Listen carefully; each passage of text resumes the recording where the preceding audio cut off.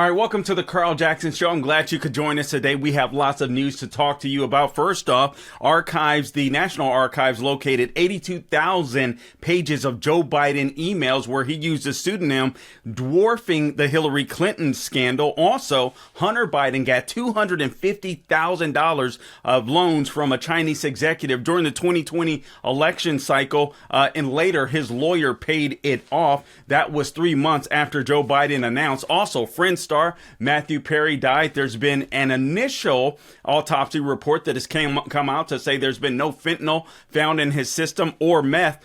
But guys, what about the jabs? How come no one is talking about that? We will. Also, there was a gruesome death that occurred in the UK on a hockey ice skating rink, and we're going to be talking about that as well. This time, the victim is a white guy. The guy who accidentally killed him is black. I want to sound off on that.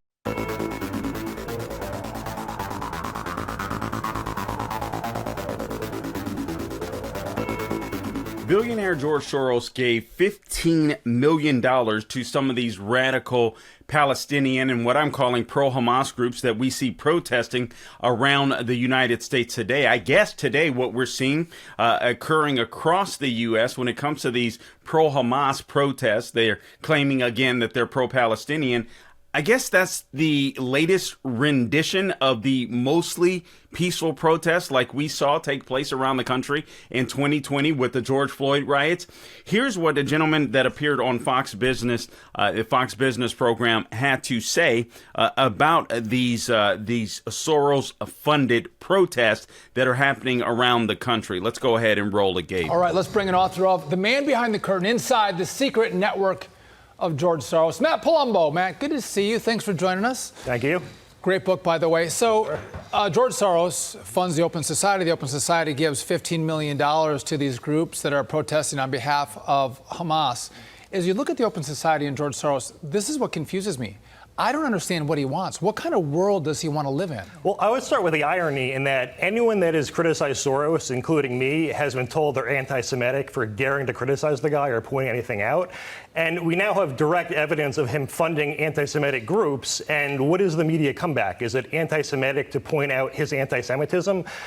This actually is nothing new from Soros. He, back in 2007, wrote this op-ed, not necessarily praising Hamas, but criticizing the U.S. and Israel for not working for a democratically elected government. And, you know, if you go back decades before that, Hamas's founding charter has a Jewish genocide as a principle. So there's no plausible deniability. And then, you know, one last point is the liberal media has really salivated at any story where there's a racial or anti-Semitic angle. And we have 1,000 Charlottesville rallies out in the street every day in this country now against Jewish people, and no one seems to care. And I guess, so what is Soros's goal here?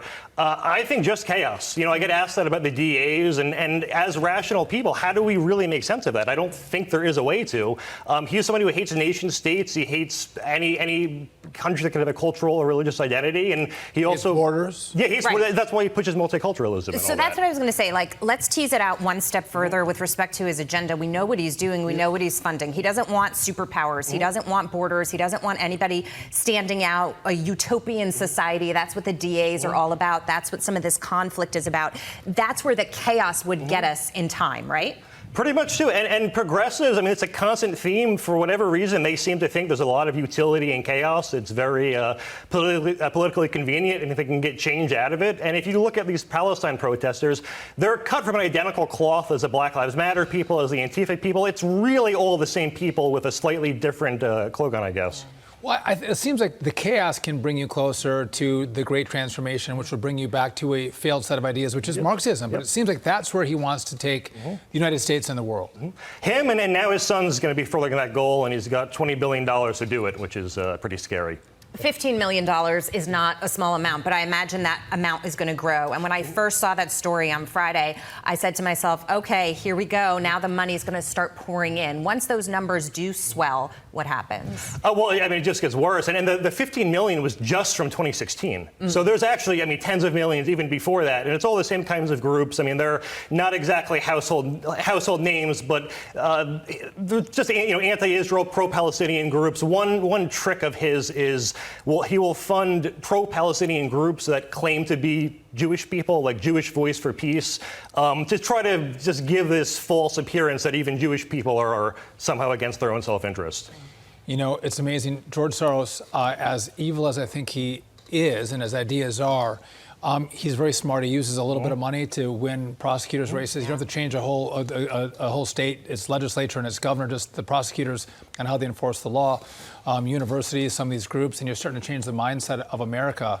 It has a huge impact. Huge impact, and not for the better. Yeah, I wish he was dumb, I will say. When Democrats talk about a threat to democracy, I would say don't look at Republicans, look at George Soros. All the big money today is Democrats, and they stopped caring about big money ever since that happened. So now that they have it. Matt Palumbo, thanks for joining us. All right, great interview with Matt Palumbo on Fox Business there. Guys, let me, we have to be concerned about this because these are people that genuinely hate America that are in our midst. Not just George Soros, and obviously what you're hearing is a lot of these protesters are paid, but there's a lot of people that are participating in these protests that are not paid, and they are, in my opinion, it's not just about being anti-Israeli or anti-Jewish, anti-Semitic. It is anti-Western. That is the argument that I've been making all week long, that the attacks against the attacks against the Jewish state, these anti-Zionists, they are anti-American as well. The Islamic jihadists believe that Israel is the little Satan. They do believe that the United States of America is the great Satan. And we talked about this yesterday. And sadly, we have a lot of people that are in our midst and on our college campuses, foreigners, that believe in this nonsense. And not only that, but you have a lot of liberals, particularly white liberals, that have acquiesced to this nonsense and have started to believe it as well. And now you have hostile environments growing on college and campuses, college and university campuses, but also as these people graduate, this anti-Semitism is spreading into the workplace, spreading into corporate America. But I would argue that if you go onto a campus, a college campus, and it is anti-American, there's a lot of anti-American protests, you can be sure that anti-Zionism is going to follow. Let me read you a couple of headlines that we have here that I think are very important that popped up this week as well. A National Muslim Democratic Council threatens to tank Biden's re-election if he does not call for an Israeli ceasefire against Palestine. Now, Israel is its own nation state, and they have the God-given right to defend themselves, and as well they should. But this is a summary from the Daily Caller. Muslim and Arab American groups with the power to affect election results in swing states are threatening to tank Joe Biden's re-election chances if he does not call for a ceasefire in the Israel-Hamas war by 5 p.m. By 5 p.m. Tuesday. The National Muslim Democratic Council, which includes Democratic Party leaders from swing states like Michigan, Pennsylvania, and Ohio, promised in an open letter to Biden and Democratic leadership to withhold support from any candidate or politician that does not advocate for a ceasefire. Concerns that Biden and the administration have been too pro-Israel are growing as the president continues to pledge his support to Israel during their war with the terrorist organization group Hamas. Now, guys, Joe Biden better not bow down to this. Frankly, I hate to say this, but I believe that the Democrat Party, I'm not sure with Joe Biden at the top of the ticket, could win without these people if they're going to do ballot harvesting and all this kind of stuff that occurs in these in some of these swing states now. But I also do believe that Republicans have a shot at this too if we adopt the same policies. Having said that, this is a Judeo-Christian nation. It is really as simple as that. You cannot bow down to these people. You cannot be weak-kneed to these people. These people are literally trying to change the belief system of the United States of America. Listen, if you don't like the United States of America, don't let the door hit you where the good Lord split you. You can move to places like Gaza. You can move to other Arab nations if you want. But as for the United States of America, we are a Judeo-Christian nation, and a Judeo-Christian nation we should remain. And if we do not, I would say that we're going to fall. It is as simple as that. This is why I say diversity is not our strength. Multiculturalism is not our strength. They will be our downfall, frankly.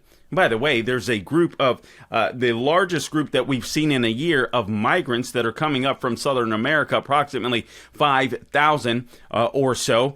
So they'll be here just in time for the holidays. Guys, we've got to seal our borders. We've got to, frankly, kick some of these people out that don't subscribe to Judeo-Christian values that are here in the United States. Here's another headline that I think is really important. Cornell University confirms a person who issued the extreme threats against the Jewish students earlier this week is in custody. So Cornell University confirmed that authorities identified and placed a suspect in custody for allegedly threatening extreme violence against Jewish students on a website that was unaffiliated with the upstate New York Ivy League school last weekend. Jewish students on the university's campus in Ithaca, New York, were put on high alert on Sunday night after at least 6 screenshots allegedly taken from the Greek Rank website displayed online threats from anonymous users who said, quote, Israel deserved 10-7 and, quote, eliminate Jewish living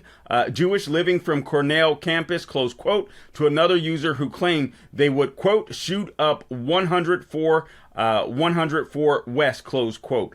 This is absolutely sickening. This is a growing threat in the United States of America and on college campuses. Guys, we cannot tolerate this anti-Semitism. We cannot tolerate this level of hatred within the United States of America. And guys, it is festering within the Democrat Party. This is something that has to be crushed and defeated, I believe, at the ballot box. This is why, also, in my opinion, that a lot of these colleges and universities should not be getting federal funding, especially if they're espousing hate like these people are. Guys, we're going to get ready to go to break here. When we get back, I've got more to bring you on this issue and more on the Biden crime family. This is Carl Jackson. We'll be back.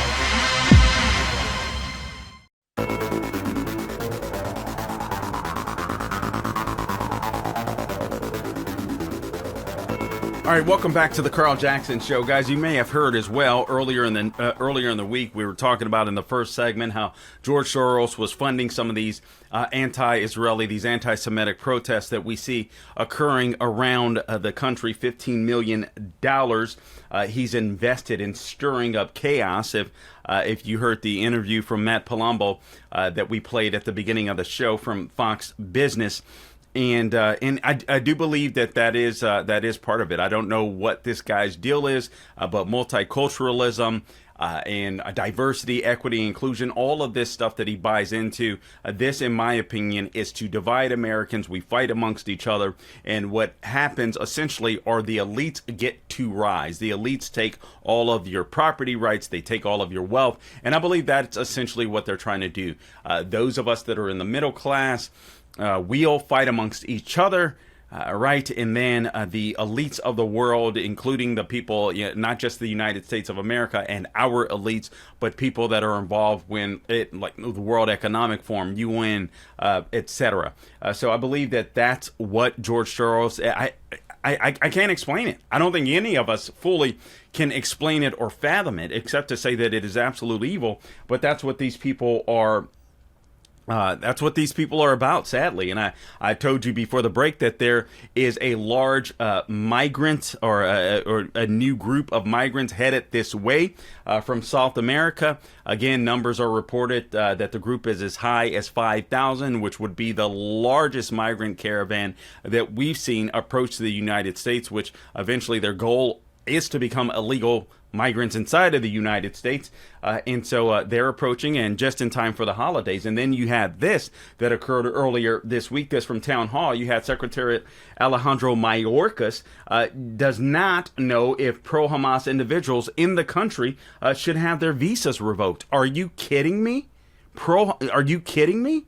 So, under questioning from this hat tip to Town Hall, under questioning from Republican Senator Josh Hawley on Tuesday during a hearing in front of the Senate Homeland Security Committee, the Department of Homeland Security Alejandro Mayorkas refused to take a position on whether pro-Hamas individuals in the U.S. on a visa should be sent back to their home countries. Mayorkas repeatedly referred to the situation as quote-unquote a legal matter and would not give a moral opinion on the situation.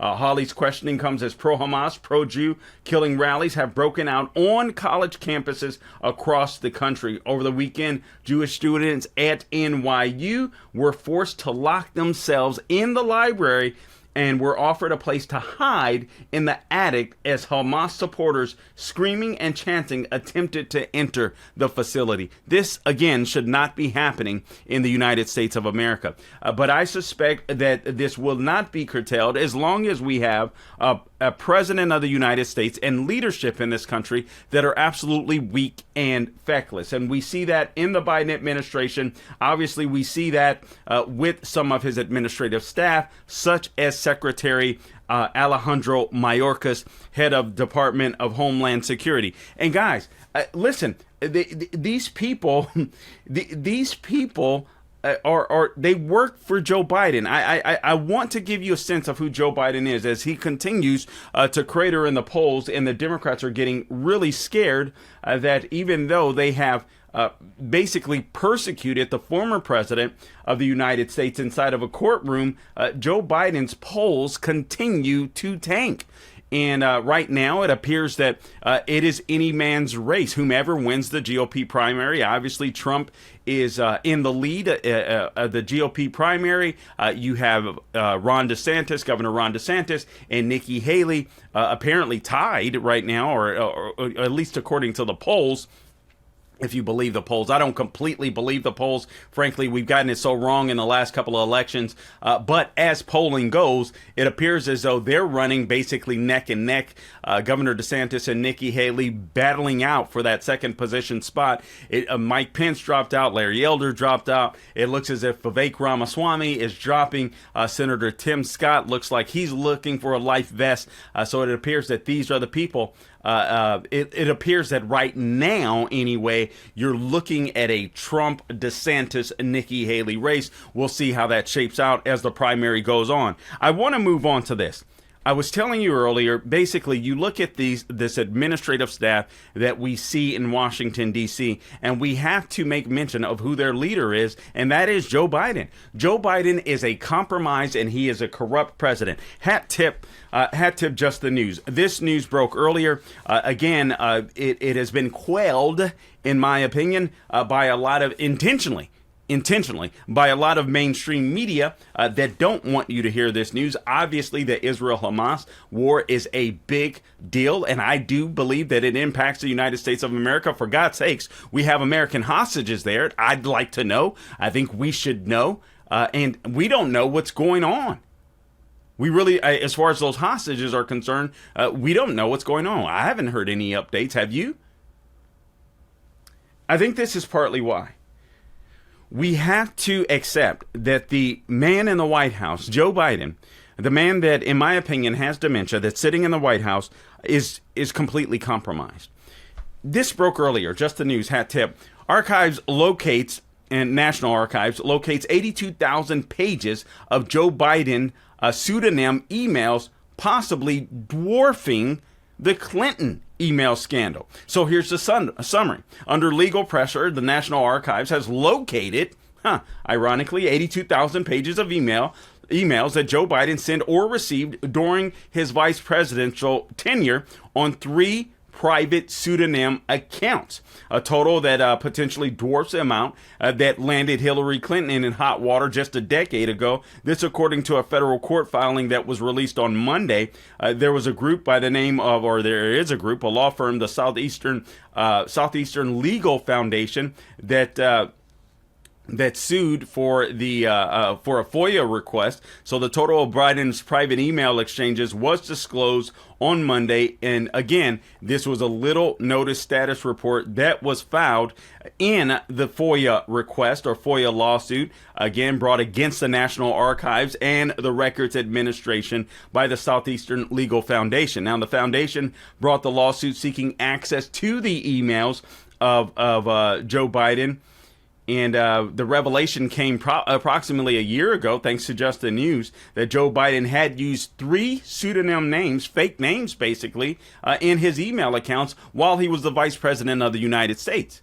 And those names were Robin Ware 456 at gmail.com, jrbware at gmail.com, and Robert L. Peters, that's my favorite, at pci.gov. This was during the time that he served as President Barack Obama's vice president. We had already learned the lesson, or he should have learned the lesson, of Hillary Clinton. So why would he do this? The status report that was filed on Monday in a federal court in Atlanta was the first to provide an estimate of the size and the scope of the possible government business conducted through Joe Biden's private email. So now here's a quote from the National Archives. They say, NARA has completed a search for potentially responsive documents and is currently processing those documents for the purpose of producing non-exempt portions of any responsive records on a monthly rolling basis. They go on to say, given the scope of plaintiff's FOIA request, which seeks copies of all emails in 3 separate accounts over an 8-year period, the volume of potentially responsive records is necessarily large.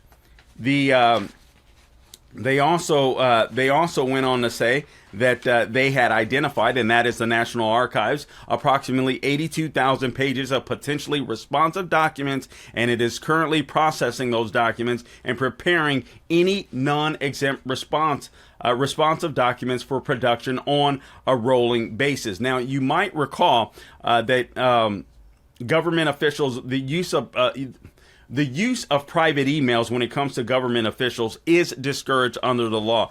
And it shouldn't be discouraged. It should be flat out banned.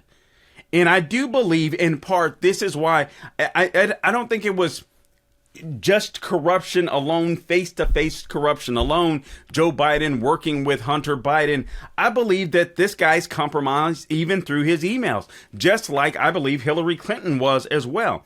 Now, government officials, again, are discouraged from using their private emails and servers, and officials like Biden are required to preserve all government-related emails conducted on their private accounts under the Federal Records Act. So you have to consider, think of the audacity these people have to have. They have to believe that they're going to get away with this criminality when they are positions of high power.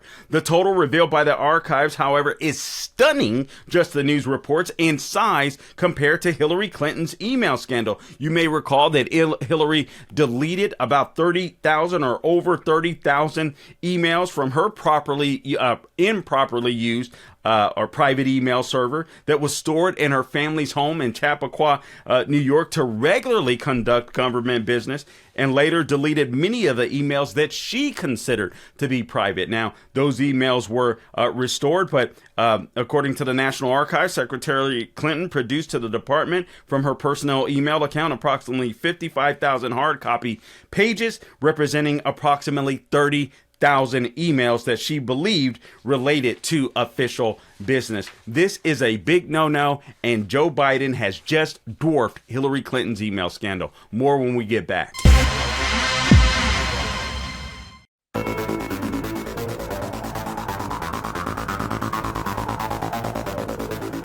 All right, welcome back to the Carl Jackson Show. Before we went to the break, we were talking to you about the corruption of the Biden crime family, and now we know that literally 82,000 pages of Joe Biden's emails have turned up. The National Archives have admitted that they have them. They are going to be releasing some of those emails, at least narrowly to begin with, because they are expensive. Again, this dwarfs it appears at least that this dwarfs the Hillary email scandal, at least in number. 3 different pseudonyms this gentleman was using. And now you have the former president, Donald Trump, literally under indictment or indicted by special counsel Jack Smith for mishandling classified documents. When he returned documents belatedly, he's being prosecuted. Yet there's a Presidential Records Act which allows him to classify and declassify documents. And part of Trump's argument is, listen, I was the president of the United States. I declassified some of these things. I was working with the National Archives. Apparently, it wasn't fast enough for the National Archives and Jack Smith. However, we did later learn that Biden's administration knew that Biden had obtained and was holding on to documents that he had no business holding on to early on in his presidency, that he had obtained while he was both senator and vice president, and he had some of these documents stored at the UPenn, the Biden UPenn Center that was dedicated after him. So this guy is corrupt. There's another headline, and there's another headline that I want to get to, and then I'm going to take you guys to what appears to be, I'm not sure how to categorize this story. I'm torn on it right now. I don't know if this was accidental or if it was intentional, but there's a story that's gone viral of this hockey, these 2 hockey teams in the UK, and one of the gentlemen hits another gentleman, kind of does a check on the floor, and swings his leg up in such a way that tragically the bottom of his skate, and forgive me for being a little graphic here, slices the throat of the other skater. We won't show the video as of yet, but I do want to get to that story. And there's a bit of controversy because the UK media is handling this much different than the American media handled the story with Jordan Neely and Daniel Penny. You might recall that story, the New York City subway hero that restrained Jordan Neely when he was threatening the lives of passengers that were on the New York City subway car. So we'll get to that. But also, I do want to bring you this news that has gone somewhat unreported. So Hunter Biden got a $250,000 loan from a Chinese executive during the 2020 election. Later, his lawyer assumed that debt for him.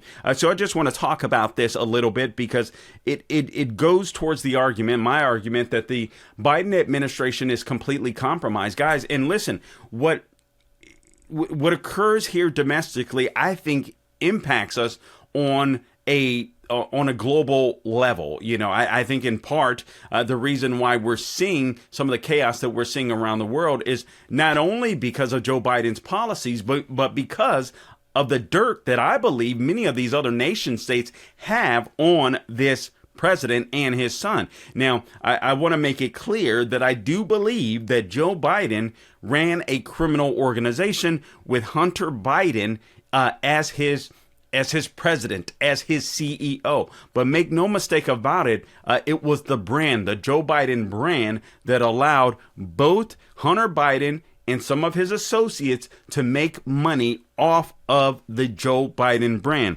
So here's another headline that you may not have heard of.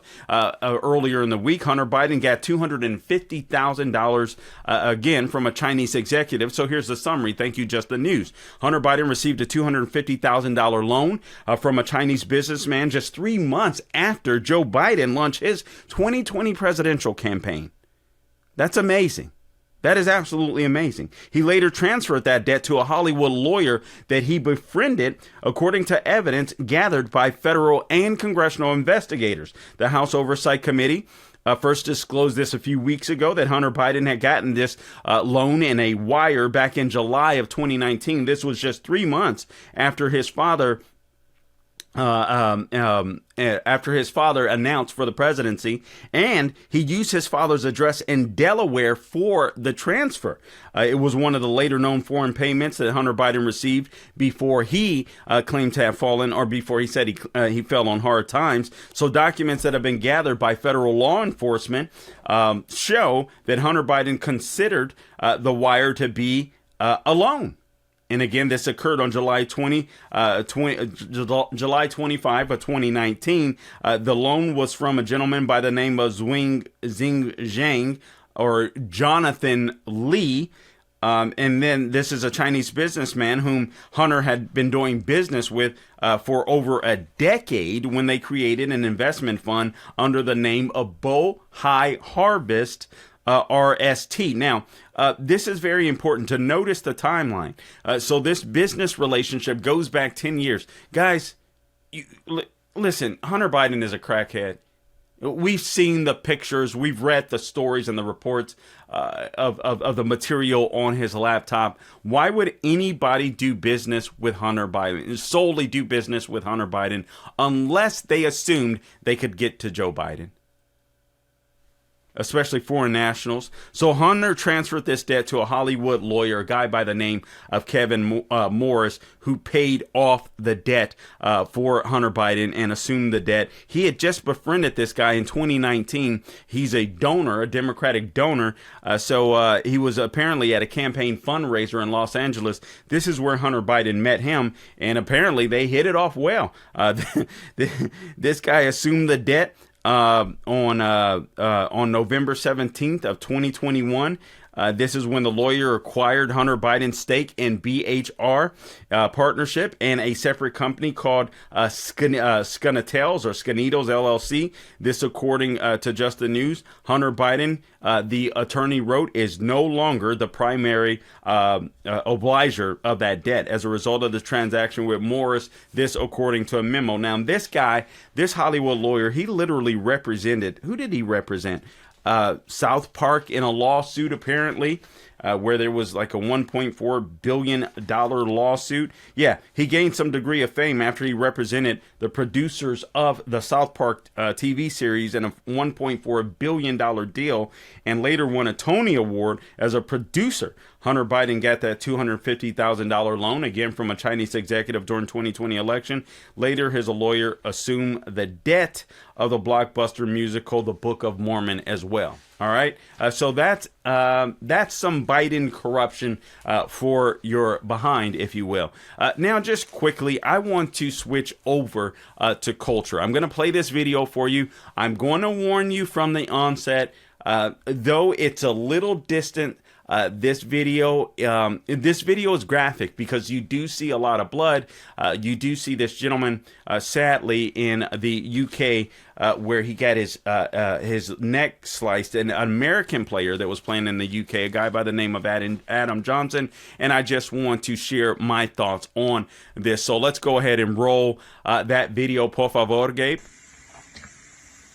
It happens really fast, but the guy literally throws his leg up like he's doing I don't know what. I've not seen this. Many people are calling this intentional. So basically, here's the deal.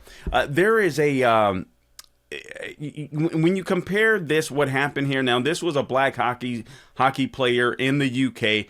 Goes after this guy. It appeared as though he was going after another guy too, but he throws himself and cuts this guy's throat. The guy dies. I believe the next day the guy dies. The young man by the name of Adam Johnson. But there's no outrage. There's absolutely no outrage. Now, this may be just a tragic accident.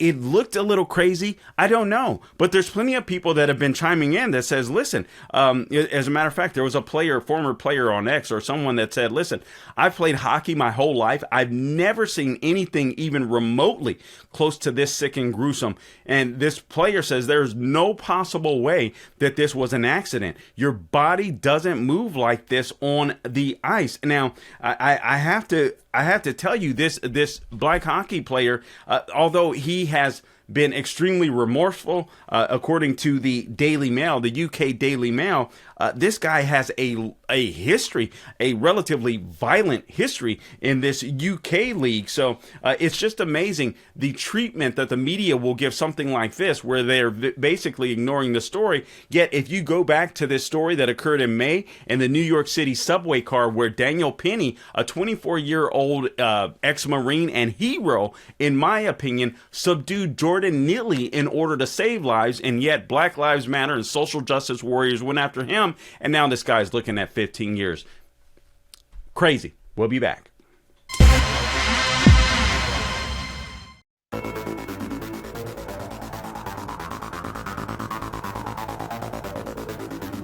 All right, welcome back to the Carl Jackson Show. I appreciate you joining me today. Guys, please make sure you follow me, you follow the show at The Carl Jackson Show. Subscribe to my podcast. I would certainly appreciate that. Anywhere you go to get your podcast, subscribe to The Carl Jackson Show. You can find me on Twitter, where I'm probably the most active. I'm also on Instagram. I'm going to become much more active on Instagram in the next few months, so brace yourself for that. We're going to give that a shot. All right, so on Twitter, Instagram, Facebook, True Social, Getter, at The Carl Jackson Show is where you can find me. Guys, I wanted to touch on this story with Matthew Perry, Friends star Matthew Perry, and I'll be frank with you, I was never a big watcher or fan of Friends while it was on the air, but after the show ended, I started watching the show, here and there. I wasn't an obsessed fan, frankly, but I did enjoy it when I watched it at the time. And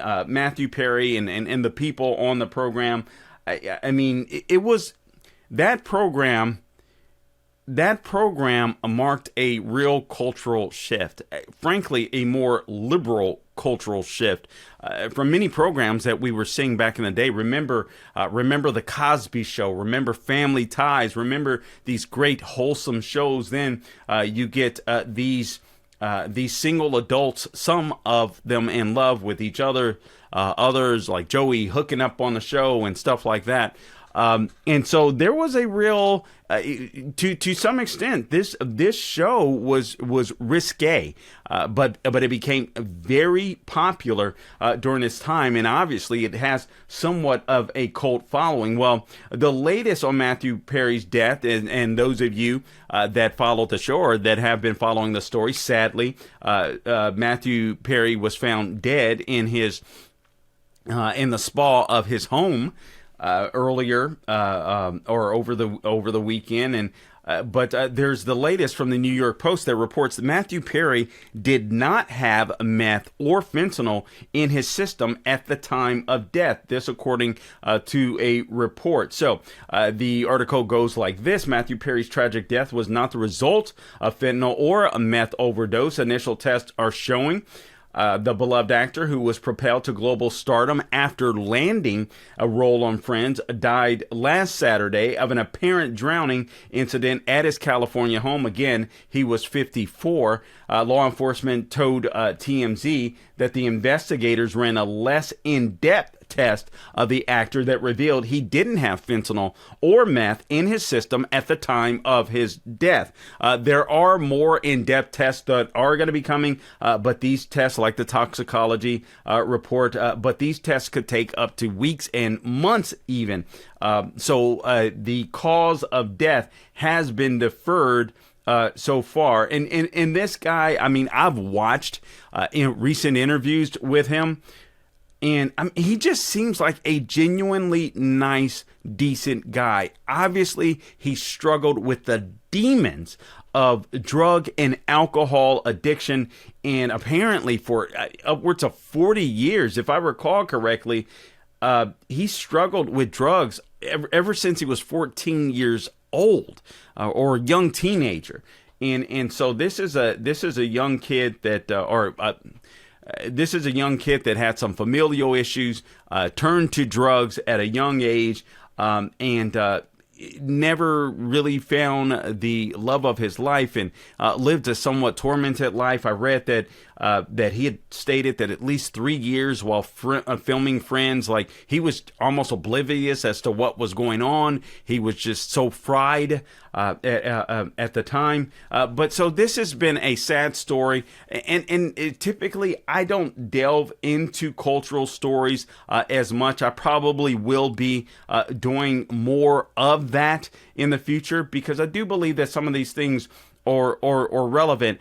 But I do want to ask this question. Obviously, for those of you that are looking on the screen, we have a picture up on the screen, and it appears that he's wearing a T-shirt that apparently he made very popular during the time of the lockdowns. And the T-shirt says, "Could I be more vaccinated?"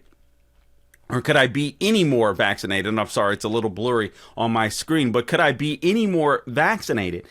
And guys, I just want to pose to you this question. Now, undoubtedly, I'm not a conspiracy theorist, and I'm not here to bash this man. I think a lot of people are coming out and bashing. I've seen some nasty stuff. Most people are saying what a sweet guy this was, and his goal at the end of his life, he didn't want to do anything else except help people that had struggled with drug addiction like him.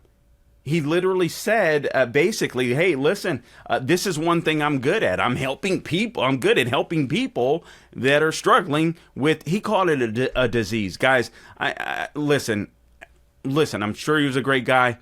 I don't believe that alcohol or drug addiction is a disease. I do believe, according to the chemicals that you put in your body, it does change. These chemicals change the reaction of your body, where your body essentially grows a need and a desire for these things. So I understand why people use that argument, but initially it is a choice. It is a choice. He had a God moment where finally he was sick and fed up. He asked God to make himself real to him. He said God did that. It was so illuminating. And at that point, he was able to finally kick drugs. Now, the crew of friends were absolutely devastated by this, and they issued a statement, and they said, quote, "We are all so utterly devastated by the loss of Matthew. We were more than just castmates. We are a family," they said. This was obtained by People, by the way.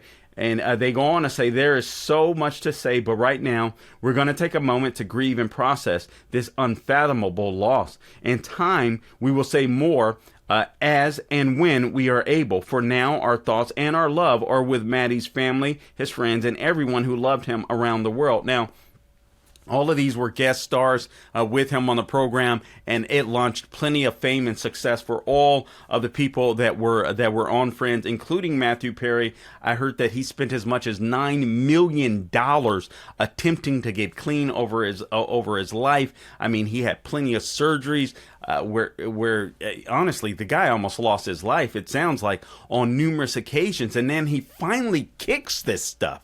He writes a memoir. He starts to do good. He's helping other people. And then, boom, he dies. Now, guys, listen, again, I'm not a conspiracy theorist. Obviously, this guy put dangerous chemicals in his body for decades. It could just be that. It could just be that. We don't have the final toxicology report. It could be that maybe he did ingest something. It could be, God knows what it is. We simply don't know. But I don't understand why no one's talking about the jab. It could be that too. Matthew Perry, good guy, sounds like, obviously with demons, big demons when it comes to drug and alcoholism. But he was also big when it came to the jab. Hence his T-shirt, "Could I be any more vaccinated?" This is stuff that he bragged on. And the reason why I bring this up, because this is a story that no one seems to want to talk about anymore. And I can't take credit for this. I heard a gentleman say on another radio program, and I forget who said it exactly, but the radio host was questioning, why is no one being held account for the lockdowns, seemingly, that occurred just a couple of years ago? It's as if people want to forget them. And the gentleman said, well, for one, a lot of people fell victim to them, and they're afraid. They don't want to speak out. And a lot of people were simply wrong. A lot of the people that were yelling, yes, go out and get the jab and this and that, we're doing our part, we're saving the planet, we're saving the world and all this kind of stuff, when it was a complete and total hoax, when these jabs were completely freaking worthless for the most part, they don't want to admit to that, or they're afraid of what could come. I just want to ask the question, what if Matthew Perry died of the jab? He got several of them, including the boosters. There were a couple of stories. One from WebMD and another from Zero Hedge. And I'll just read the headlines briefly here. This from Zero Hedge.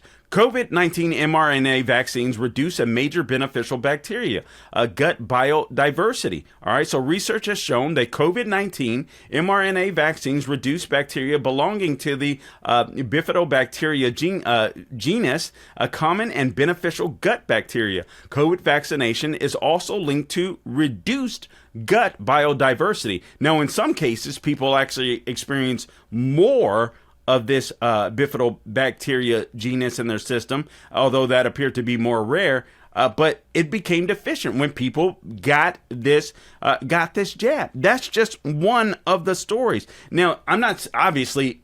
This appears to be a cardiac arrest where he ended up dying, sadly, in his tub or in his hot tub.